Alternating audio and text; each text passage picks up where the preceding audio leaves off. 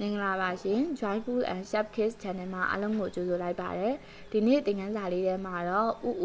သင်ခန်းတလားလေးတွေနဲ့ပြီးတွေကိုပေါင်းဆက်ပြီးတော့မှအတိတ်ပဲရှိတဲ့စကားလုံးလေးတွေရွတ်ဆိုခြင်းကိုမျှဝေပေးသွားမှာဖြစ်ပါတယ်အဲ့တော့အဲ့ဒီသင်ခန်းစာလေးကိုမသွားခင်မှာအခုကလေးတို့ကအခုပေးထားမယ့်စကားလုံးလေးတွေကိုအတန်ထွက်နည်းစလုံးပေါင်းနည်းကြီးဆိုနည်းတွေနဲ့ရွတ်ဆိုတတ်ပြီလားရွတ်ဆိုကြည့်ပါအောင်အကယ်၍များမရွတ်ဆိုတတ်သေးဘူးပေါ့နော်မရွတ်ဆိုတတ်သေးဘူးအတန်ထွက်နည်းဆိုတာဘာလဲစလုံးပေါင်းနည်းဆိုတာဘာလဲကြီးဆိုနည်းဆိုတာဘာလဲမသိသေးဘူးဆိုရင်ဒီသင်ခန်းစာရဲ့သင်ခန်းစာတစ်ကိုပြန်ပြီးကြည့်ဖို့မေတ္တာရက်ခံပါရစေဘာလို့လဲဆိုတော့သင်ခန်းစာတစ်ခုကိုကြည်ကြည်ညံ့ညံ့ရတော့ကမှနောက်ထပ်သင်ခန်းစာကိုဆက်ပြီးသွားတာအဆင်ပြေတယ်ပေါ့အကယ်၍များကလေးတို့သင်ခန်းစာတခုမကျင်ညက်ပွဲနဲ့သွားခဲ့လို့ရှိရင်ကလေးတို့အတွက်ခက်ခဲလိမ့်မယ်ပေါ့နော်ဒါကြောင့်မလို့ပါအဲ့တော့အရင်ဆုံးအတန်ထွက်နည်းဆိုတာစာဥစုစာလုံးရေးတစ်ချောင်းငင်စုစာလုံးရေးနှစ်ချောင်းငင်စုစာလုံးရေးနှစ်ချောင်းငင်ဝဆက်နှလုံးပေါင်းစုဒါကစလုံးပေါင်းနည်းအဲ့ဒါလေးတွေကိုစုဆိုတာကတော့ကြီးဆိုနည်းဖြစ်ပါတယ်အဲ့တော့ဒါလေးရပါလေးတော့စုလေးအဲ့တော့ဘာပြီးလေးနဲ့ဘာတရာလေးနဲ့ပေါင်းထားလဲစာလိန်လေးရဲ့တစ်ချောင်းငင်လေးရဲ့ပေါ့အဲ့တော့အဲ့ဒါလေးကိုစာလိန်လေးရဲ့အတန်ကစတဲ့ဥတရာလေးနဲ့ပေါင်းထားတယ်အဲ့တော့စာဥစုဟုတ်ပြီနောက်ထပ်တစ်ခုကြည့်ရအောင်ဘာစလုံးလေးလဲဘာကောင်လေးလဲပူပေါ့နော်အကောင်လေးကိုမသိဘူးဆိုလဲအရင်ဆုံးပြီးညီလေးကိုကြည့်ရအောင်ပါစောက်လေးရဲ့ဥတရာလေးရဲ့ပေါင်းထားတယ်ပါစောက်လေးရဲ့အတန်ကပနဲ့ဥနဲ့ပေါင်းလိုက်တော့ပဥပူနောက်တစ်ခုကဘာကောင်လေးတော့မြင်ဘူးလားဟုတ်ပြီခူပေါ့အဲ့ဒီခူလေးကိုရောဘယ်လိုပေါင်းလဲခါဥခူခါခွေးလေးရဲ့အတန်နဲ့ပဲယူဆိုရတယ်เนาะအတန်ခဏီဆိုခါဥခူဒါလေးကတော့ငါဆိုတဲ့ပြီးလေးရဲ့ဥတရာလေးရဲ့ပေါင်းထားတယ်ငါကတော့အတန်ရောအမြင်ရောအတူတူပဲဆိုတော့ငါဥငုဝအာဝါငုဝါဟုတ်ပြီဒါလေးကအာလူပေါ့เนาะအဲ့တော့အာလာဥလူအာလူအာလာဥလူအာလူဟုတ်ပြီဒီနောက်လာမယ့်အတန်းကိုတော့မြန်လေးပဲသွားလိုက်တော့ပါမယ်ဘာဥဘူးတာဤတိဘူးတိမဤမီပဥဘူးမီဘူးတာဥတူစာဥစုဘာဥဘူးစုဘူးမဤမိတာအာတာစာဥစုမိသားစုအခုဖတ်ပြသွားတာကတော့အတန်ထွက်နည်းလေးနဲ့ရွတ်ဆိုပြသွားတာဖြစ်ပါတယ်အဲ့တော့အတန်ထွက်နည်းကဘာကြောင့်အရေးကြီးလဲဆိုတော့ကလေးတို့တွေကဒီစကားလုံးလေးတွေစလုံးလေးတွေကိုဖတ်တဲ့အခါကြလို့ရှိရင်ပေါ့နော်အတန်ထွက်နည်းနဲ့ရွတ်ဆိုတဲ့သူကစလုံးတစ်လုံးကိုမြင်တာနဲ့မြန်ဖတ်နိုင်တယ်ပေါ့နော်ဒါဒီစလုံးရဘာလေးလဲဆိုတာပြတ်ပြီးတော့မှသိနိုင်တယ်စလုံးပေါင်းနည်းနဲ့အရင်သင်လိုက်ပြီဆိုတဲ့ကလေးတွေရကြတော့စလုံးတစ်လုံးကိုအတန်မထွက်ခင်မှာဒီစလုံးထဲမှာပါတဲ့ပြီးတွေပေါ့နော်စလုံးကြီးကိုအရင်ပေါင်းပြီးတော့ကမှအတန်ထွက်တတ်တယ်အဲ့တော့စာဖတ်နှေးတာပေါ့နော်အဲ့တော့စာဖတ်မနှေးစေဖို့အတွက်ကိုအတန်ထွက်နည်းနဲ့အရင်သင်ခြင်းဖြစ်ပါတယ်အခုနောက်တစ်ဆင့်အနေနဲ့ကကြတော့ဗာလေးတင်မယ်ဆိုတော့စလုံးပေါင်းနည်းလေးနဲ့သင်မှာဖြစ်ပါတယ်စလုံးပေါင်းနည်းနဲ့သင်တဲ့အခါကျရင်တော့စလုံးလေးတွေရဲ့အမည်လေးတွေနဲ့ရွတ်ဆိုရပါတယ်စာလင်ရေတစ်ချောင်းငင်စု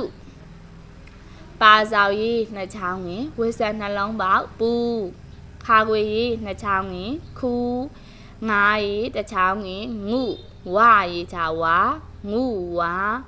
အာရေချာအာလာရေနှစ်ချောင်းငင်ဝစ်ဆက်နှလုံးပေါက်လူအာလူဘာကုံရေးနှစ်ချောင်းငင်ဝစ်ဆက်နှလုံးပေါက်ဘူးတာရေးလုံကြီးတင်ဆန်ခံဝစ်ဆက်နှလုံးပေါက်သည်ဘူးသည်မာရေးလုံကြီးတင်ဆန်ခံဝစ်ဆက်နှလုံးပေါက်မီပါစောက်ရေးနှစ်ချောင်းငင်ပူမီးဘူးရေးတော့မီးဘူးလို့ရေးတယ်ဖတ်တော့မီးဘူးလို့ဖတ်တယ်နော်တာဝန်ဘူးရေးနှစ်ချောင်းငင်တူစာလုံးရေးတစ်ချောင်းငင်စုဘာကုံရေးနှစ်ချောင်းငင်ဝစ်ဆက်နှလုံးပေါက်ဘူးစုဘူးမာရေလုံကြီးတင်မိတာရေချာဝဆန်နှလုံးပေါက်တာမိသားစာလုံးရေးတစ်ချောင်းငင်စုမိသားစုရေးတော့မိသားစုလို့ရေးတယ်ဖတ်တော့မိသားစုပေါ့နော်အဲ့တော့ကြည်ဆိုနည်းလေးနဲ့ရွတ်ဆိုကြည့်မယ်စုပူခူငုဝါအာလူဘူးဒီမီးဘူးတူစုဘူးမိသားစုကလေးတို့စာတပုတ်ကိုဖတ်တဲ့အခါကျရင်အတန်ထွက်နည်းရောစလုံးပေါင်းနည်းနဲ့ရောကြည်ဆိုနည်းနဲ့ရောသုံးနည်းစလုံးနဲ့ရွတ်ဆိုတတ်ရပါမယ်နော်ဟုတ်ပြီနောက်တစ်ခုကတော့ဖတ်ပါကူရေးပါနောက်ထပ်တစ်ခုပေါ့နော်ဒါလေးကတော့ တာဥတူအတူတူပေါ့ဟာအတူတူကစားကြမယ်တို့တွေအတူတူစားကြမယ်ပေါ့အเจ้าကိုအတူတူသွားကြမယ်အဲ့လိုမျိုးပြောတဲ့အတူတူကိုတာဥတူအတူတူလို့ပေါင်းရတယ်ဒီဘက်ကတော့ဗာလေးတွေတော့စာဥလေးတွေပေါ့နော်အဲ့တော့အတန်ထွန်းလေးနဲ့ပေါင်းညီမယ်စာအခရာဥစာဥအဲ့ဒီစာဥမှာဥပေါ့နော်အတန်နှစ်ခုရှိတယ်အာရေတစ်ချောင်းငင်ဥရဲ့အခရာဥရဲ့ဟာဒီညားလေးမှာစာဥပဲအာရေတစ်ချောင်းငင်ဥလို့ရေးလိုက်မယ်ဆိုရင်မရဘူးနော်အခရာဥနဲ့ရေးရပါတယ်စာဥဟုတ်ပြီအဲ့တော့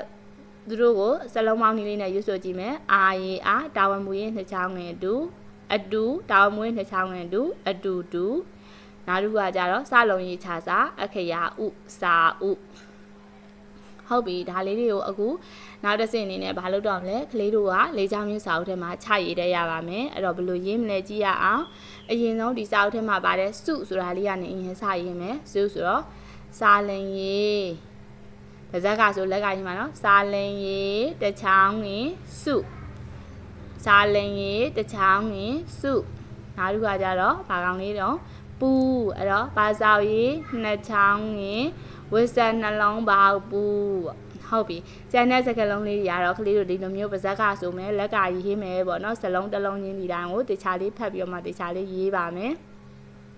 နောက်ထပ်တစ်ခုအနေနဲ့ကကြတော့စလုံးရှည်တဲ့ဟာတွေဆိုရင်ဘယ်လိုရေးမလဲဆိုတာလေးကိုမျှဝေပေးသွားမှာဖြစ်ပါတယ်အဲ့ဒါကတော့ဒီထက်ထဲမှာဆိုရင်ဆီယမကယာတိဥတုကိုရွေးလိုက်မယ်ပေါ့နော်ယာတိဥတုအဲ့တော့ယာတိဥတုဆိုတာအတန်ဘယ်နှစ်တန်ပါတော့တို့ကအရင်ခွဲမှာပေါ့ယာတိဥတုဘယ်နှစ်တန်လဲ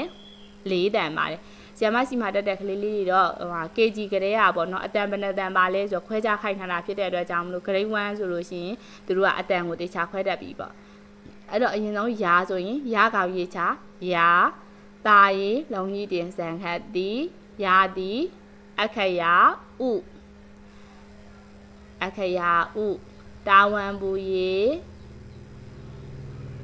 တာဝန်ပူရေးတချောင်းငင်တုယာတီဥတုပေါ့နော်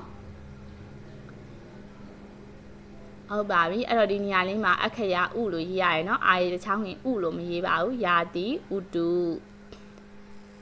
ဟုတ်ပြီကျန်တဲ့ဟာလေးတွေကိုတော့ကလေးတို့ကပြန်ပြီးတော့မှအတန်ထွန်းလေးနဲ့ရွတ်ဆိုကြည့်မယ်စလုံးပေါင်းလေးနဲ့ရွတ်ဆိုကြည့်မယ်ပြီးတဲ့ခါကျရင်တော့ကလေးတို့ရဲ့စာအုပ်ထဲမှာချရေးရမှာဖြစ်ပါတယ်ဟုတ်ပြီဒီဟာလေးကတော့ဒီလေးကျင်ခန်းလေးဖြစ်ပါတယ်ရုပ်ပုံလေးကိုဖော်ပြတဲ့စကားလုံးအမှန်ကိုရွေးပါတဲ့အဲ့တော့ဒီမှာဘာကောင်လေးတွေ့တော့နံပါတ်ကကြီးကခူပေါ့နော်အဲ့တော့ဘယ်လိုဖတ်လဲခါခွေတစ်ချောင်းဝင်ခူလားခါခွေနှစ်ချောင်းဝင်ခူလား